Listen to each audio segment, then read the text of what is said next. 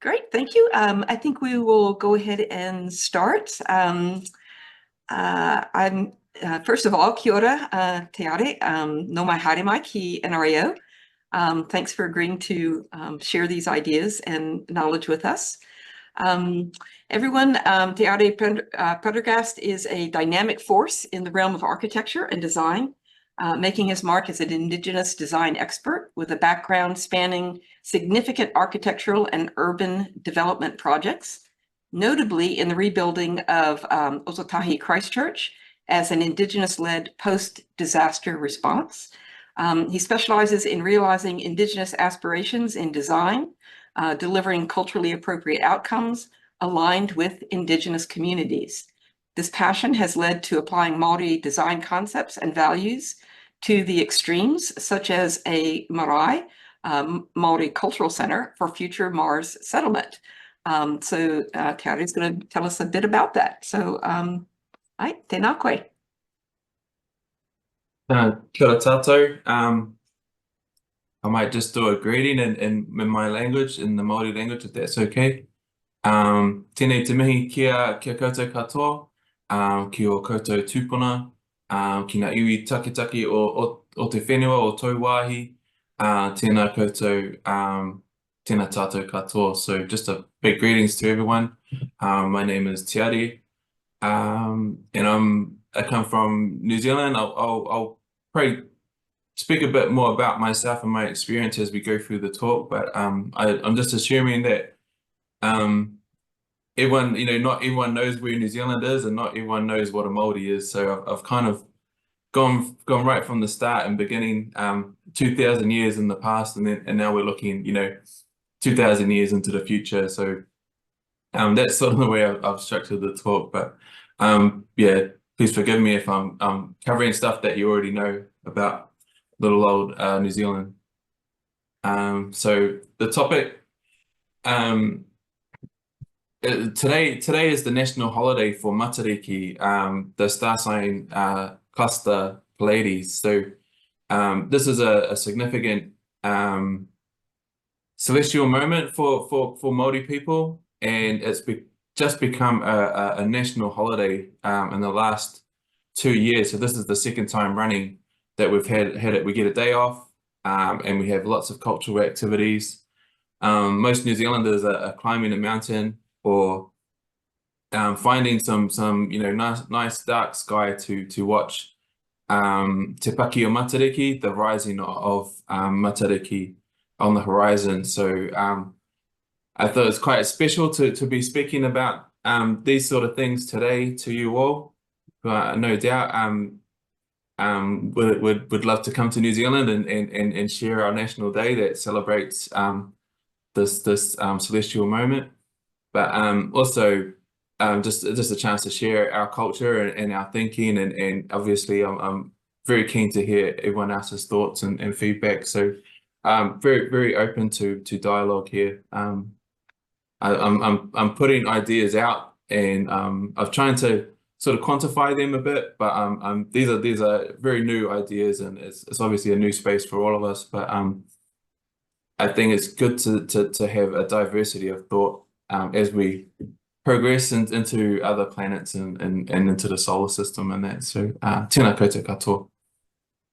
So as I said, it's our national day for Matariki, and this is a karakia, so a prayer that I've come up with that sort of captures some of the essence of why this is a special day for us. So I might just use this to start my talk.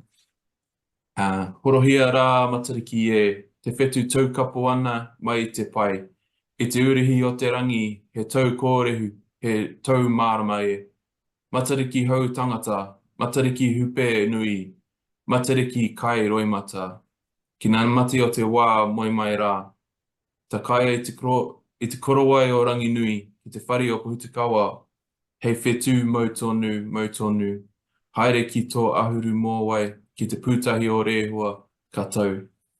Te ata rapa, te ata mahina, ka mahina te ata ki te hikurangi, mai te pō ki te ao mārama tihei mauri ora. So what the essence of what I've said is sort of like the as I said, the rising of Matariki. Matariki is spread across the sky.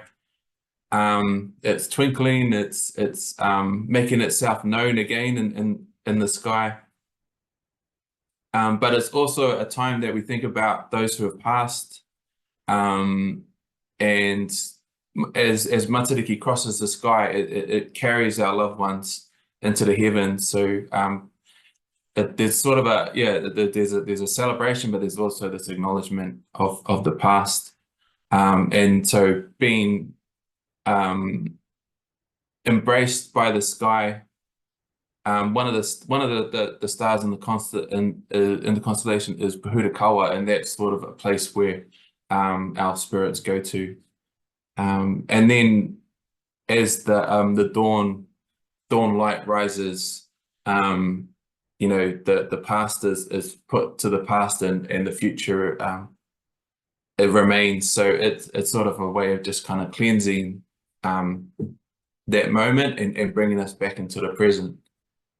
So yeah, who are the Māori people? I think that's just assuming that not everyone knows who Māori people are, but we're at the bottom of the world, or in New Zealand. So we're the Polynesian descendants of the Polynesian people who came through from Asia, through Western Pacific, and sort of navigated and settled most of the islands throughout the Pacific Ocean, and even there's evidence that we made it to South America, and you know, obviously Easter Island, Rapa Nui. So amazing navigators and amazing explorers and travelers, and we've got the DNA to prove it, you know. So yeah, but this is it's been our journey, you know, for the last couple thousand years, and then we came to New Zealand, and we kind of liked it here, and we stayed, and we stopped our ocean voyaging for a time. So it's only in the last probably 50 years that we've become a ocean faring peoples again, and that's been a resurgence throughout the Pacific, especially in Hawaii and the other islands. And I've got Taika Waiti there. I wasn't sure if people know who I was like, who's the most famous Māori? It's probably Taika Waiti at the moment, who actually comes from the same little bay on the East Cape of New Zealand that I'm from. So he's a relation of mine. And you've got and every Māori says that every other Māori is their cousin. So, but he is actually a cousin. And then I got you know, what people might think we look like, our traditional garb, and obviously we're a warrior people, and our tattoo marking is quite prominent, especially on the face. I don't have it on my face, but I do have my arms done. So yeah, our tattoos is quite prominent. Our creation stories. So our creation stories, similar to other cultures, we have the separation of Earth and Mother Earth and the Sky Father. So that sort of created the world in that moment, and through that process, their children, the different deities that reside in like the forests, the oceans, the rivers, the winds and the elements. So their children clothed their parents after the separation because they were heartbroken, and the sky is cloaked in stars, and Mother Earth was cloaked in forests. So our cosmology, when we're looking up at the sky, it's based in that moment, and there's certain gods that resided on land, and then there's certain gods that reside in the heavens and in the skies.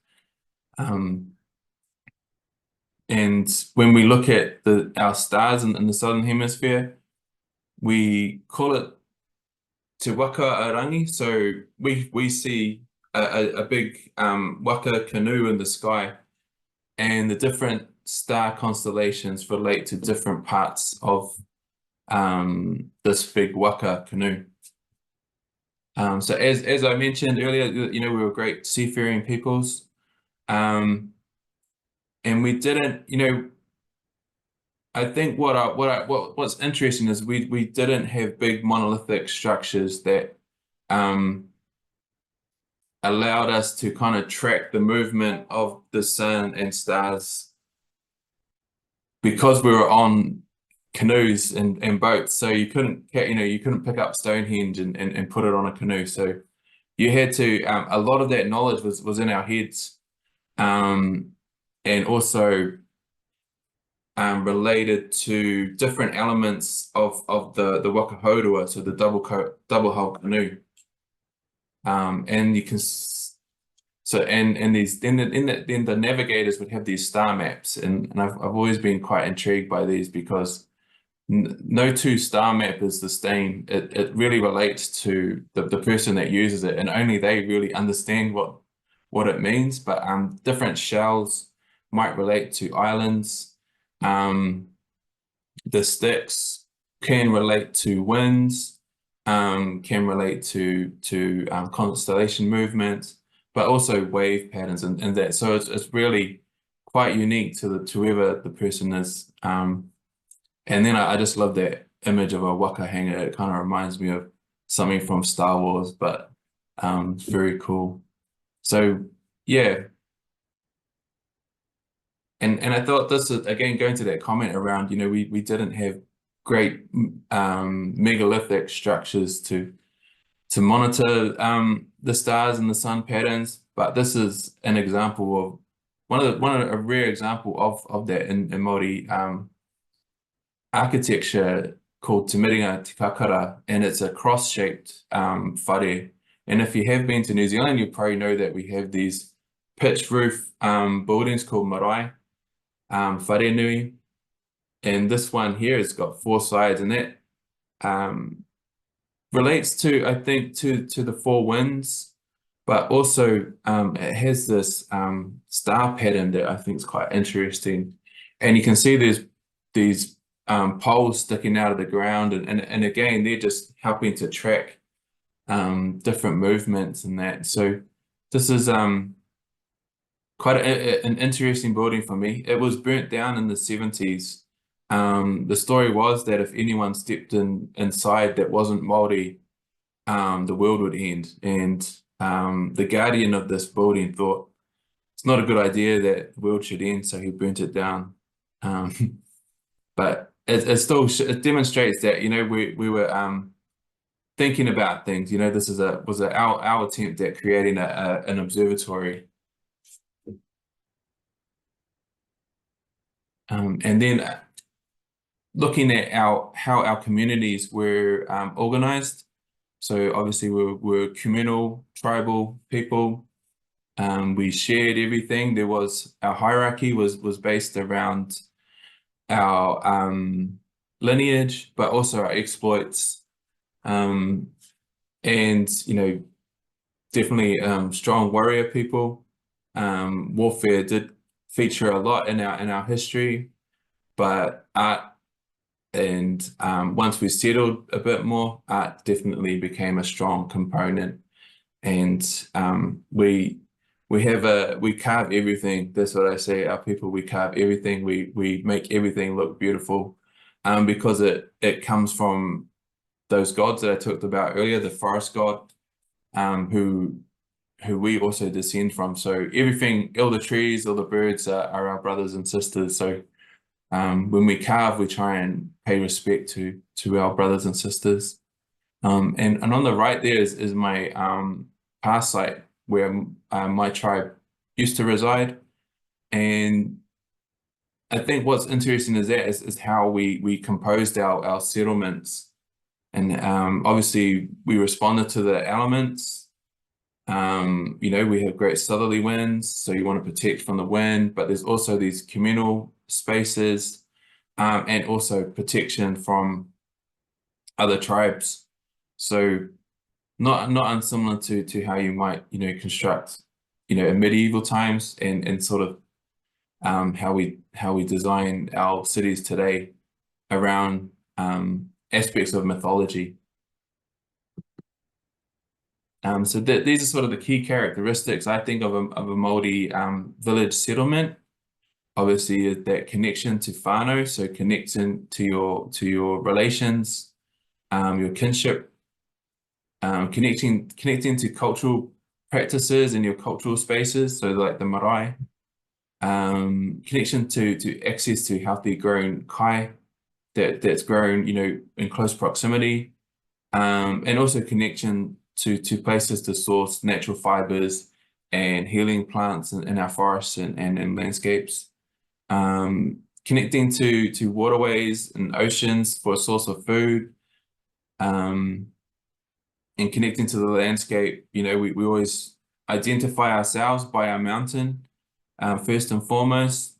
And so being able to walk up a mountain that, is a major connector for you to your people, it's quite important.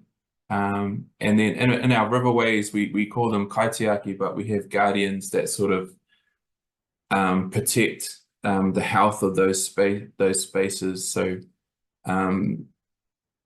connecting to that spiritual realm as well, and also then there's connecting to our ancestors and to the dead.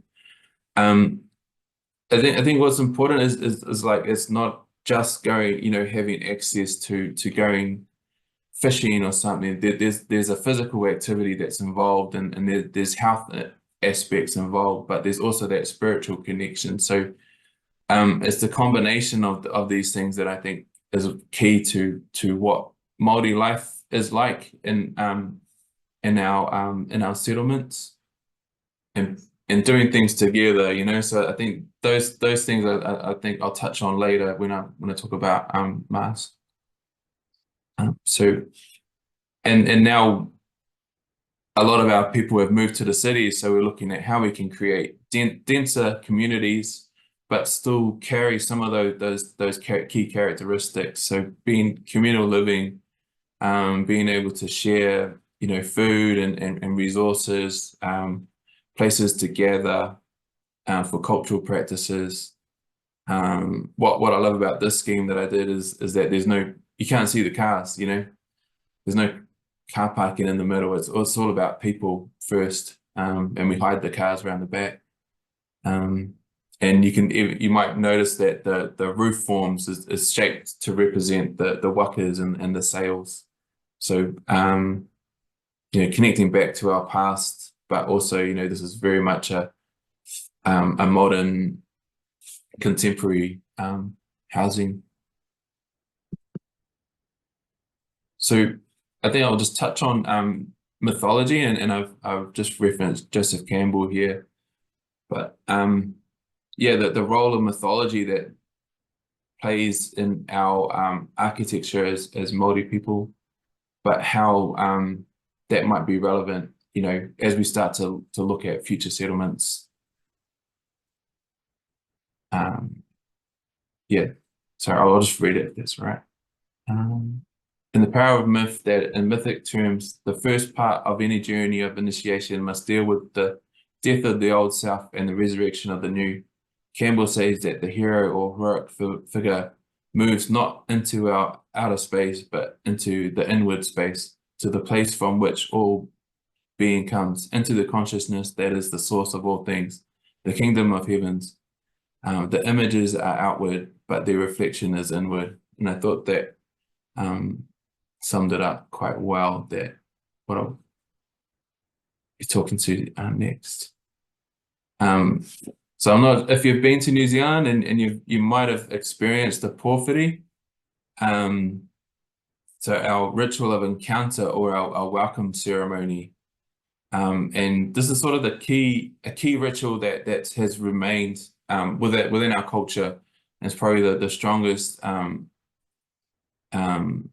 where you'll see Māori people as our true selves is in this process. And obviously in the past it was to see if you're a friend or foe, but today it's about bringing people who are visitors and making them feel welcome to the extent that they feel like they are at home and of that place. So that's sort of the intention. And through this process, we're telling our visitors, this is our mountain, these are our rivers, these are our oceans. These are the foods that have sustained our peoples in the past.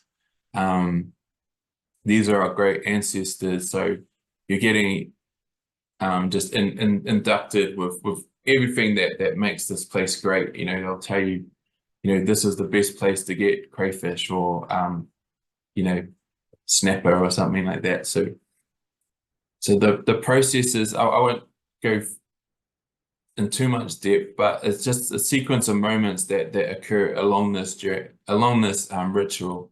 Obviously you meeting outside, you know, there's an apprehension of what's to occur. Warriors come out and they sort of show their strength, but they're also there to determine whether you're a friend or foe. Once that's been determined, our woman will karana, so we'll call, almost like singing, but it's quite a distinct way of singing, and will call you, but they also call your ancestors. So you hear this woman's voice calling you in. And then there's a moment where the two sides will speak to each other with their care speakers, and again that's talking about all those things that are important, and why everyone's here that day. And then we kind of come together and we hongi. So that's when we touch noses, you know, nose to nose. So I'm not sure if you've ever had a hongi before, but it can be quite intimidating for some, but it's a nice way to connect and feel welcome. And then obviously we cleanse and we hakari, we have a feed. So you've been talking about how great your food is. Well, now's your time to show how great you are, and that's your sign of your wealth, is how well you can accommodate and look after people. So I took those concepts and applied it to in my thesis year. I used that sort of narrative, that ritual, and I thought, well, how can you recreate those moments and those spaces as architecture? And then again, how you can push that a bit. So on the left image is sort of a artistic interpretation of a journey of someone moving through this building. To the right, and that building is sort of it's a representation of our eel traps that's quite prominent where I come from. We're very much a swamp people, and lake people and feed off eels. So that definitely the idea of, you know, that this eel as a generator for this journey through a building, and using that idea of that ritual welcome. So people moving through this building go from visitors to becoming people of the land and feeling at home in this space. And following my thesis, these are a couple projects that I've worked on in my career. So on the top left is a housing development for people with mental health. And you can see that there's no fences. There's, you know, we didn't want it to feel institutional. We wanted everyone to feel welcome, but it's still held, you know, it still feels held. So you can see the two posts at the front are sort of welcoming, but also they're there to hold that space and protect the people inside. And the building forms are sort of based around two waka, so the communities coming together and traveling and fishing together, and so having this communal aspect. The bottom left is one of my marae. So I got to work on this project, which is one of the most beautiful marae, I would have to say, in the country. That's in Paki Bay in Christchurch. I've got a photo of the Chatham Islands, which is quite a remote island off the eastern coast of New Zealand, and it has quite a distinct people, the Moriori people. So they're Maori people, but they've been isolated for quite a long time, and so they've developed their own unique culture and language and so it was a real privilege to go over there and work on some housing and some marae for them. But they're interesting because they gave up warfare. So we're, you know, a warrior people on this side of New Zealand, and then over on the Chathams, they're definitely a peaceful people, and that peaceful movement moved through New Zealand. So a lot of we went from being the warrior people to inventing passive resistance and peaceful protest, and that you see today, you know, in modern day movements. So it all came from this little island on the Chathams. The top right is at the university. It's a science board. I think they might have astronomy on the top, if I remember, but it was a combination of geology, biology, yeah, and I think astrology. So applying these ideas of rituals of welcome and storytelling into buildings that are quite complex, and it's sort of something that's become quite a career highlight for me, is working with complex buildings and that have complex processes, but using Māori culture to kind of simplify and make it easy for people to understand, you know, what's happening inside. So that building actually reflects a star sign, a star pattern that's on my marae, but it's quite, I use shadow to kind of create the pattern rather than color. And in the bottom there is a current project that I'm working on at my current company.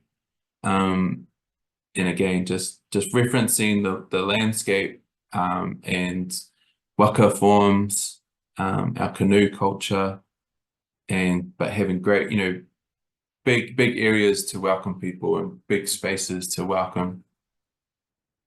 And so taking those ideas, I was like, well, how can we really push this idea? And I was asked to do a class at university here, and they were talking about, oh, we could do a marae in Australia because it's quite topical at the moment, is building a marae in Australia. And I was like, wouldn't it be cool if we did a marae on Mars?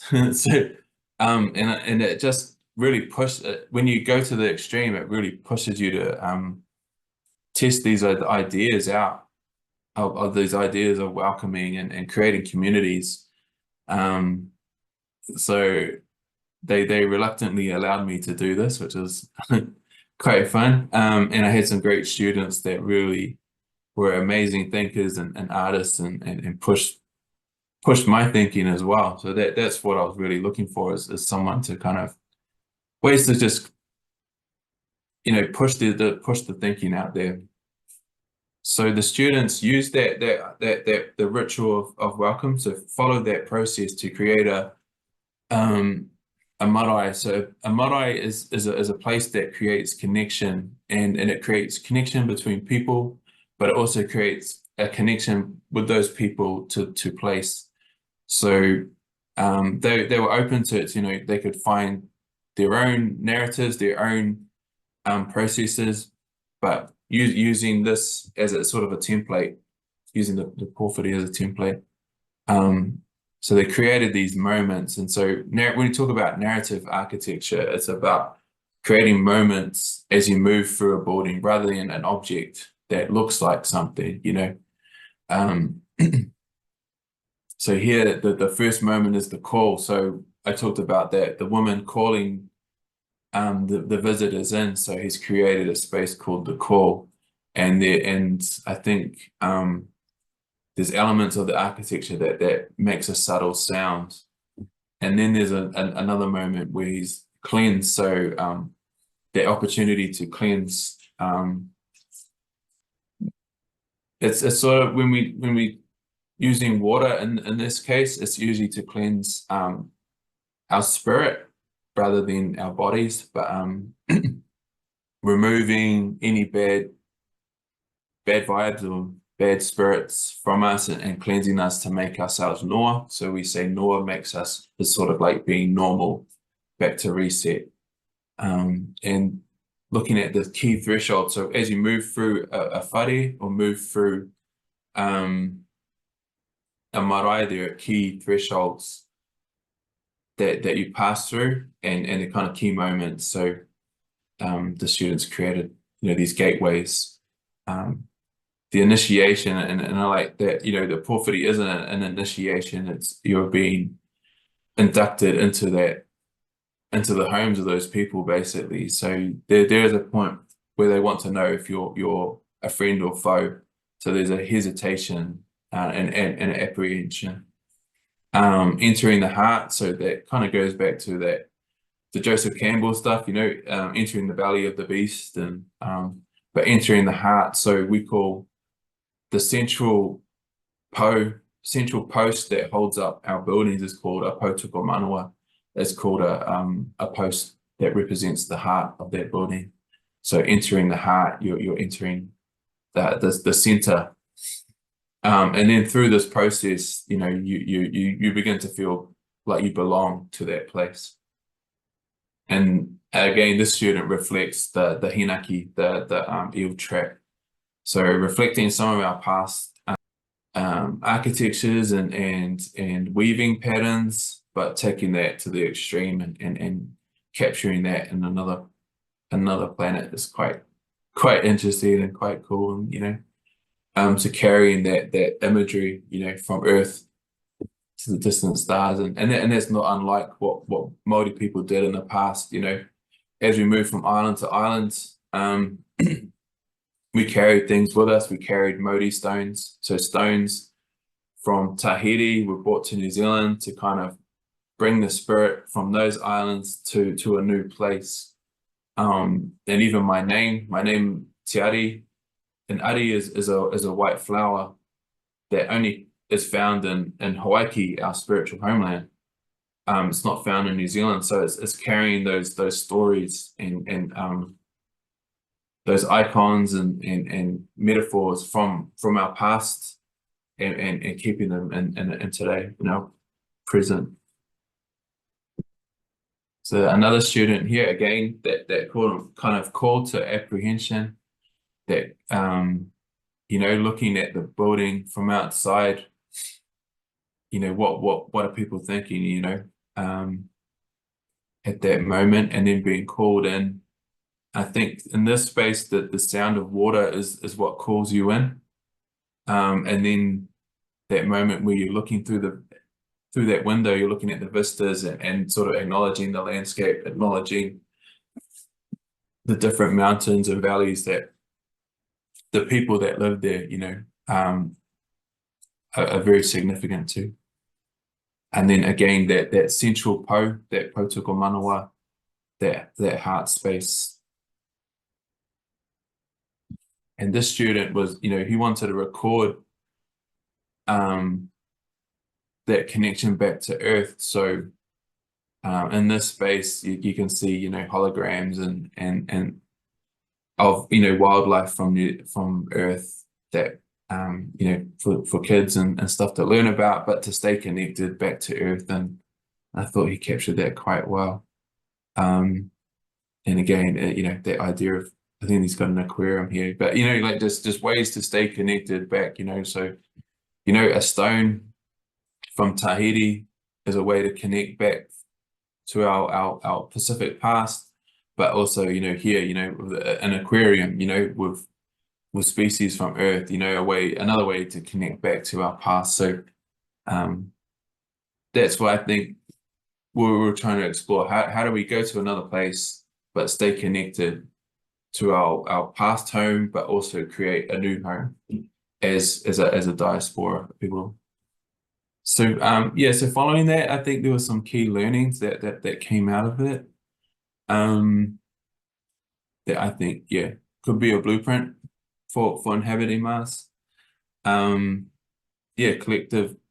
So fostering collective values and cultural practices. So Papakaina are built on shared values and rituals that unite people. And on Mars, we can foster communities that emphasize collective well-being, cultural preservation, and mutual support, ensuring everyone feels connected and valued. And I think that the key point is that how we foster those values and create spaces that can sort of encourage that connection. I think mentioned it before, but that idea of creating a spiritual homeland, and maintaining that connection, I think, back to Earth. And if the number of movies I've watched, it always turns bad. Mars always revolts and goes to war with Earth and all that. But like how do we stay connected as a people, as a species? Again, how do we connect to a new land and a new place and create new mythologies? But and how do we stay connected to our past? And I think we, again, going back to the idea of Hawaii, Hawaii being our spiritual homeland, but and the place that our spirits go to when we die. And I think like just the importance of cultural spaces and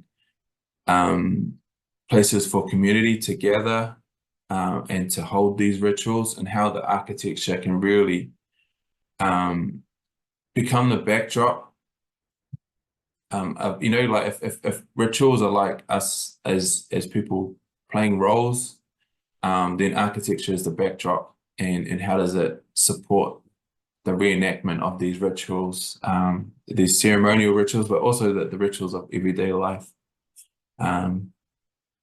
So how can the architecture support culture and emphasize these cultural practices?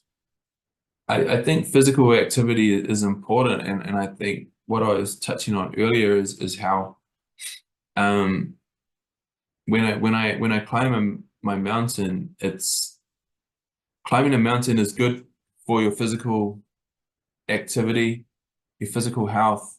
It's connecting to nature, but there's also the spiritual connection that when it's my mountain and I'm climbing my mountain, and it's something that my ancestors did, there's just another level of connection there that I think is often overlooked. And it's like, we move into apartments and stuff, and we might have a treadmill that provides physical activity, but there's no connection to the outdoors. There's no connection to the environment. There's no connection to that your ancestors, to that spirituality. So it's got to be more than the physical activity is a chance for people traveling to a new place to connect to that place, I think, is what I'm trying to say here. And it's so much more fun to be out running around rather than on a treadmill.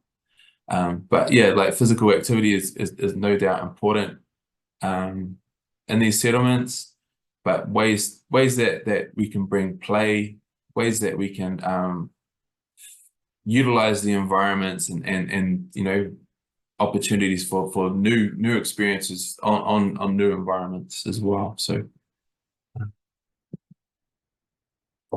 honoring our ancestors, I think this will be an interesting one. Once we start to inhabit and have multiple generations, and obviously people will pass away, and how do we recognize them? How do we acknowledge the first people that traveled there? How do we acknowledge our ancestors back on Earth? I mean, things to think about, and again, there's lots that we can draw on from the many cultures in the world, but for how to do that. But obviously there'll be new ways and new rituals. So it's like these are sort of provocations, and I don't think I have the answers here, but I think they're interesting questions to start to ask as we consider this space and the role that Indigenous people may play in this space, or should play in this space. Yeah, so what is the relevance of Indigenous thinking? And obviously the first and foremost is that diversity of thought. And I think, definitely our connection to nature and connection to the landscape, I think. So we can use our sort of our definitely our value-based knowledge systems to reconnect back to the land. I think it's just going to be a default for us. You know, when we come to a new place, we need to connect. And an example is that is whenever a Māori person meets someone, they just keep asking questions until they figure out how they're connected. So they'll ask you where you're from, what city you grew up in, or what town you grew up in, what school did you go to, who were your friends at school, like what were their last names. So it's really frustrating if a Māori can't find a way to connect to another person. But yeah, so I think definitely we have something to bring to that space, and obviously there's that diversity of thought, but also that strong connection, and that desire to create connection. The relevance of the relevance to Indigenous communities. So why would Māori want to go to Mars? You know, what's the benefit to Māori on Earth? And that is, you know, especially when we're struggling to house ourselves, you know, in the present day, why are we even considering, you know, other planets? And my personal feel is that what we learn is again going to the idea of pushing ideas to the extreme. What can we learn from these exercises, and then how can we apply that for our own communities? If we can create habitats that can survive Mars, then we can definitely create habitats that are suitable for for our own world. So I think it's just pushing it. It's great to push that thinking and demonstrate that our ideas and our thought is relevant. And my experience in working in health and research facilities is Indigenous thinking is at the forefront of international best practice and design, and especially in health and mental health. Yeah, so why would Māori people want to go to Mars? And I think is that we've always been explorers. It's in our DNA, like we are sort of designed for long travel. We store fat easy, and our muscles are sort of designed to grow quickly when needed. So like we're definitely designed for long travel. But also our culture, like I said, we're just designed to try and connect to the to people around us and the world around us, and we definitely thrive in group and communal environments. Yeah, I think we can't having our gaze fixed on Mars. I think we can't ignore what's happening in the world and in our own backyard. So we have to be there has to be some mutual benefit when we explore these things, and again, that's why I think it's good. These are good thought exercises, but we need to make sure that they're having benefit for our communities in the present. Yeah, so what are some impediments to creating a papakainga on Mars? And obviously there's the building, creating the environmental yeah, and the lack of resources, that there's all those complexities of trying to build some habitat on another planet. It's not going to be easy, but there's also some cultural challenges, so how do we integrate different cultures and different cultural practices into these facilities? If we try and our experiences, we try and design for everyone, we end up designing for no one, or one culture dominates, and others feel left out and marginalized. So that's sort of been my experience in design and health, especially, is trying to make sure that everyone feels welcome, everyone feels a part of that experience. In New Zealand, we do use Māori culture, but the fundamental of multiculture is that we try to be inclusive, so everyone feels welcome. So it is a challenge to I think from a design point of view, obviously to build over there, but I think how you integrate those spaces and how you create communities and connection, again, I think is just really important.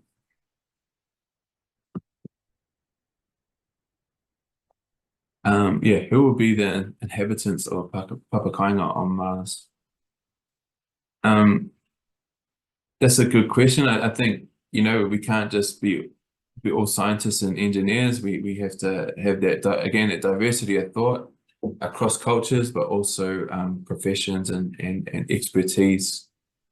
And I think and being able to work together and if you weren't able to work together on a ocean voyage in a waka, you probably got thrown off, so yeah, don't be a dick is what I would say. Yeah, so what are some first steps to making this a reality? And for me, I find the idea of a Maori stone quite interesting. So a stone that kind of captures the spirit of a place that you take with you to another place. So, imagine that, taking a 100 kg rock from New Zealand, let's say, one of our greenstone. It's a very sacred stone to my tribe in the South Island.